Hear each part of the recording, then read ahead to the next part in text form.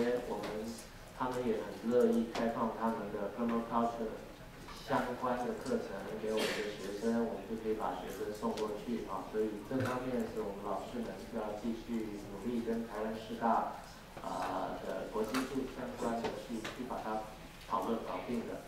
那他们这个学程有硕士跟博士核心的课程，大概有16个学分。所以这个我们正在讨论看要怎么来处理。好 ，OK。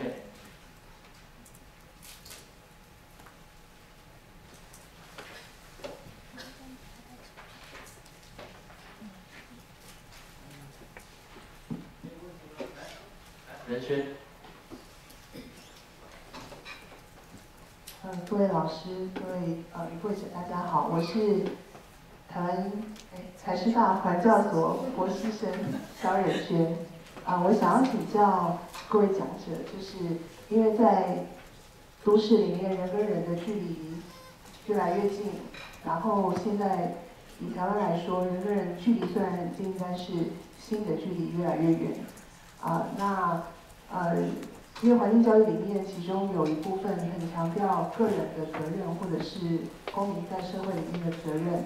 那我是想要请教说，有关于在美国或是在日本或是在台湾，我们环境教育要怎么样去加强对于责任跟同理心这一部分的教导？那是不是有一些成功的，或是老师们觉得很值得分享的案例，可以跟我们分享。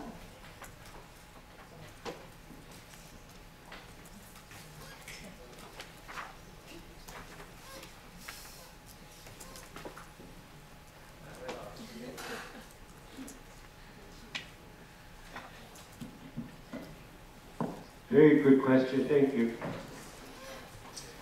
In the international project that I work on core competencies in learning for sustainability, empathy and compassion are key elements in terms of helping us to face the challenges before us in the future. And we tie, one of the questions is how do you catalyze empathy? How do you relate awareness about environmental issues and challenges and sustainability challenges that are before us and connect them to action? So for many years, there's been this tension and gap. And one of the things that we're starting to learn now, and it relates to some of the experiments in psychology that I talked about. How do we sort of unleash people's interest and awareness and concern and tie it to action? And so I think your point about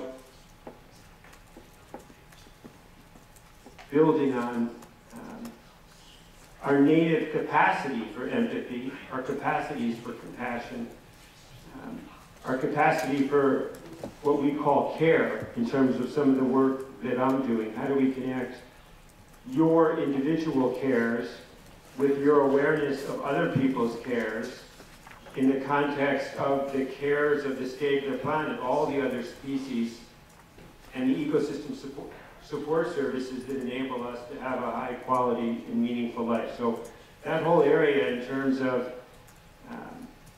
core competencies in learning for sustainability is a very, very important area that we're working on, both in terms of developing the content, developing the pedagogy, and also developing the modeling of that. And NTNU's interest in participating in the HE STARS program starts a little bit, in some ways, to address the empathy and care kinds of questions, because it looks at how equity issues are addressed on campus. It looks at how people are treated and whether people feel that they have a high quality of life in terms of their work environment on campus. So it addresses it not in the big and significant ways that it needs to be addressed, but it starts to create some nudging, some modest recognition of those ideas.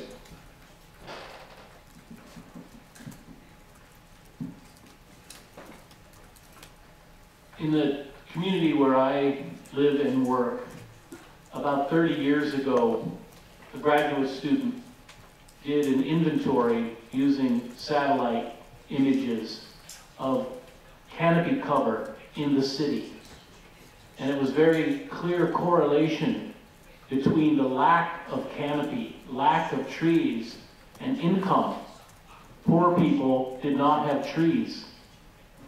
And this is probably the case in cities all over the world, where you see the green, where you see the shade, where you see the parks, is where the more affluent people are.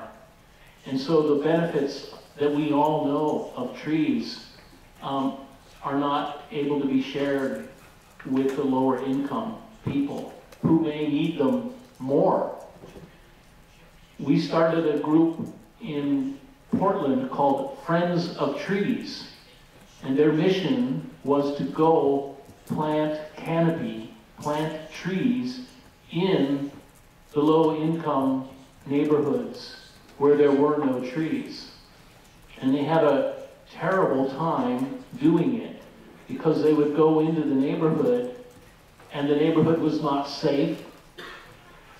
They couldn't leave any equipment because it would be stolen. They could not find any volunteers from anywhere in the city to go to that neighborhood to plant the tree. And so they decided that they did not want to be a tree planting group, that they wanted to be a community building group. And so it's a community building group that plants trees instead of a tree planting group that works in the community. And so they essentially have a street festival when they plant trees. And neighbors come out of the house and are invited to participate in the event. Sometimes they have music. They often have food.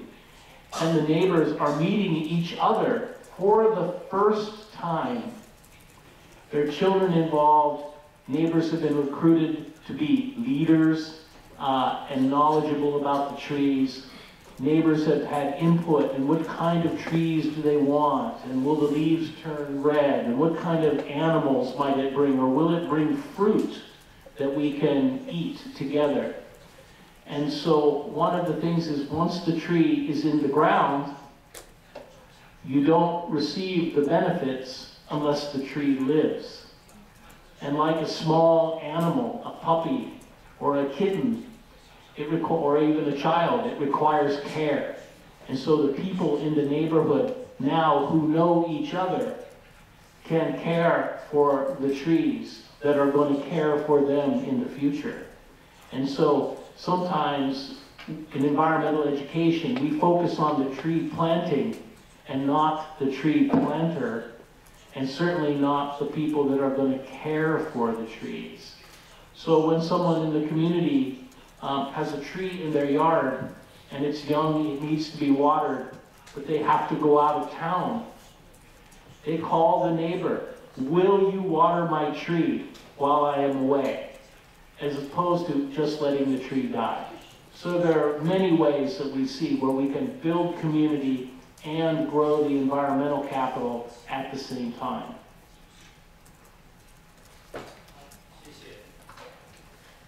谢谢 Rick 提供的这个案例，非常感人的一个案例哈。那因为时间很有限，我想经过2天的密集的讨论跟互动，我们大家已经也学习很多，但是我们也需要一些时间再消化。但是这是一个很神妙的一个过程，我们在脑力的激荡，我们在新案例的学习上面都有非常多超过我们原来的预期。那在最后呢，我想我还是就请在场的前面的贵宾们提供一句话，有关于这个大会的主题——都市环境教育与都市环境的永续。提供一句话，跟所有在场的伙伴们当做礼物，好吗？那我想先从我最左边的王顺美教授开始吧。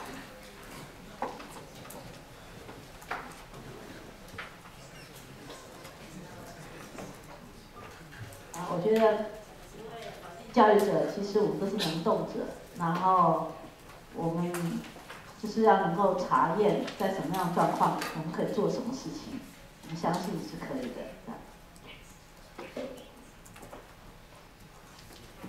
好，一句话，就想到说，在鳌虎湿地的时候，周老师那时候半夜12点不睡觉，在写这个计划书。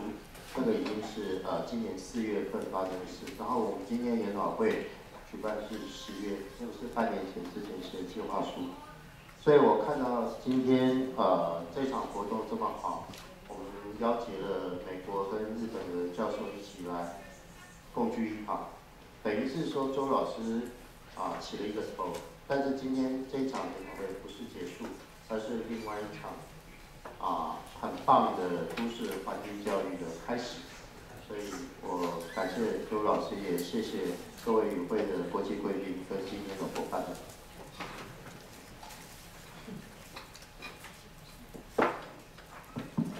叫他只讲一句话，他居然讲这么多。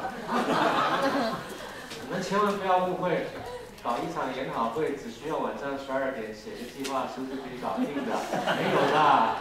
OK， 我想我要提供我自己的最大的感受，就是在都市中进行环境教育。如果你不爱人，你只爱树，你只爱生命，爱其他的生命，我相信你没有办法做下去。所以，当你想要从事都市环境的改变的时候，我想可以从多跟你生活周遭，或是捷运上面碰到不认识的人，给个微笑开始吧。谢谢。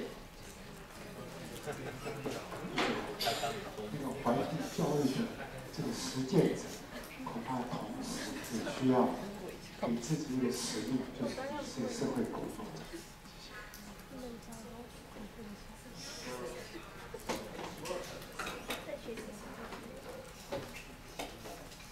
Reimagine education, knowledge to wisdom.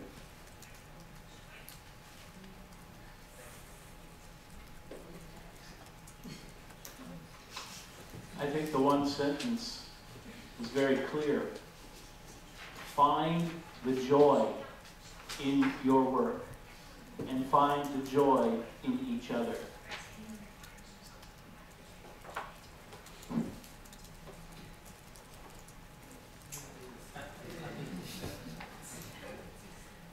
僕の発表のことを踏まえて話をします。一言。下面让我发表内容来讲一句话。日本の校外教育の歴史は日本の近代化150年の歴史でもある。日本的公开历史是日本近代化150年的一个历史总称。ですから都市環境教育を考えるということは日本の近代150年の歴史を考え直す、そして向きを変えるということだと僕は思っています。所以我认为你重新的去思考都市环境教育，就是在重新思考公开的历史，同时在做一个反思，以及改变自己的思考方向，不要再做伤害环境的事情。谢谢。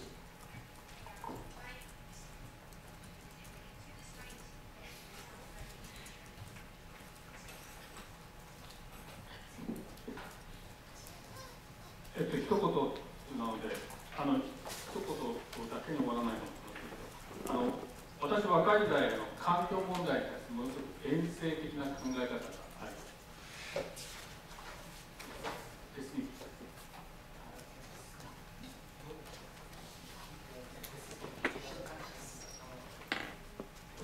可能我讲的不只是一句话，但是我年轻的时候对所有环境的问题，其实是抱持着悲观的一种心态。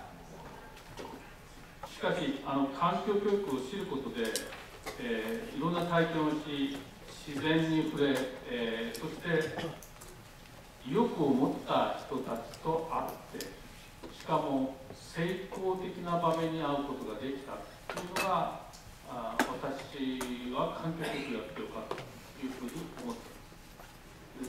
ます。可是之后呢，我遇到了许多人，认识许多事物，或者分享听到了许多成功的案例。所以我到那时候我就突然觉得说，啊，我能够开始推动环境教育真的太好了。成功と人々との交流だというふうに思っています。所以我认为环境教育成功的关键在于跟人与人之间的交流。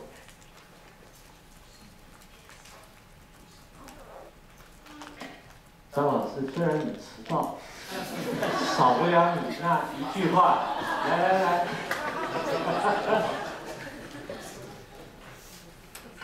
谢谢，因为我占的时间太多，还没讲完。我有一句话就是，其实每个人都关心自己，但是当我们会关心环境的时候，就表示我们的智慧、我们的这个成熟，而且愿意去看待更多事情。所以参加环境教育就是好事，不容易。谢谢。好，谢谢所有与会的贵宾。那作为这一次会议的推动单位，师范大学环境教育研究所，还有北区环境教育区域中心，我们其实非常感谢各位。但是在各位离开这个场地之前，我想还是麻烦各位，请你们不是收拾东西了，慢慢来，请你们借用你们的手。感谢在这一场研讨会后面幕后工作的所有的同仁，包括我们可爱的助理，还有我们的翻译，还有我们的亲善大使，大家非常感谢他。